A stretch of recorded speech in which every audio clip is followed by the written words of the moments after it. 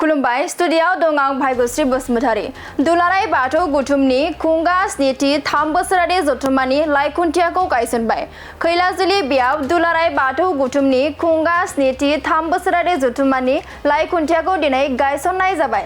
सनितपुर जिल्ला दुलाराय बाथौ गौथुमनि सिङाव थानाय खैलाजुलि बेयाव दुलाराय बाथौ गौथुमनि खुंगा स्निथि 3 बोसोरारि जथुम्माखौ फैबाय थानाय 26 आरो 27 एप्रिलाव खैलाजुलि बियाबनि सिबिसालियाव खुंफुंनो थाखाय थि खालामनाय जाबाय।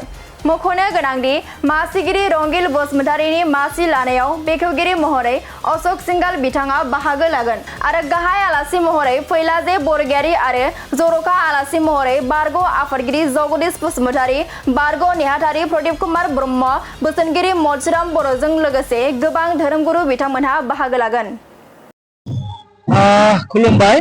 गिबियावनो बर'नि निउज पर्टेल नायगिरि साफ्रोम रायजो राजानिसिम जोंनि खैलाजुलि बियाब दुलाराय बाथौ गौथुमनि जानानै फैबाय थानाय बैसागु बोथोरनि गोदान बोसोरनि गोजोन हामलायथिखौ बयनिसिमबो जासिहरबाय।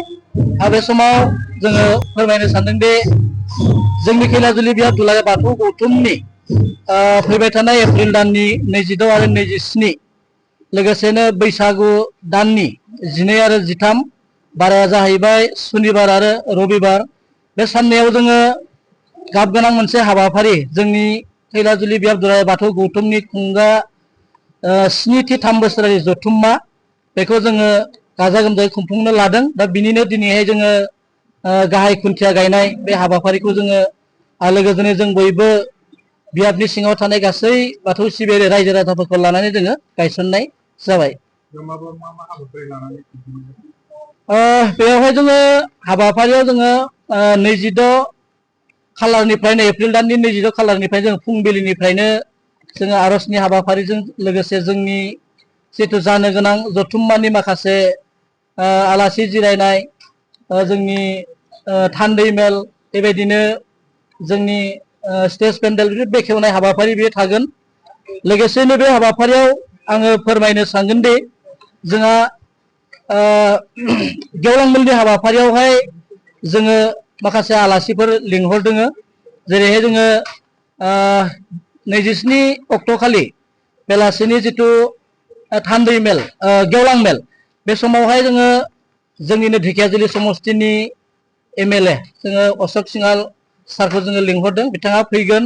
लोगोसेयैनो गाहाय आलासि हिसाबै सावथुन मुलुगनि फावखुंगुर फैलाजे बरगयारी बिथाङाबो फैगोन आरो लोगोसे माइनावफोरनि सायावहाय गोबां माइनावफोरनि सोमोन्दै बिबुंथि होनो थाखाय बोसोन होनो थाखाय जोङो सासे माइनाव जोङो दैदेनगिरि सासे लाबोदों। बिथाङानो जाहैबाय तामुलपुर जिल्ला दुलाराय बाथौ गौथुमनि लेङाइ नेहाथारि मुस्रिमा शर्मिला दैमारी बिथांखौबो जोङो लिंहरदों।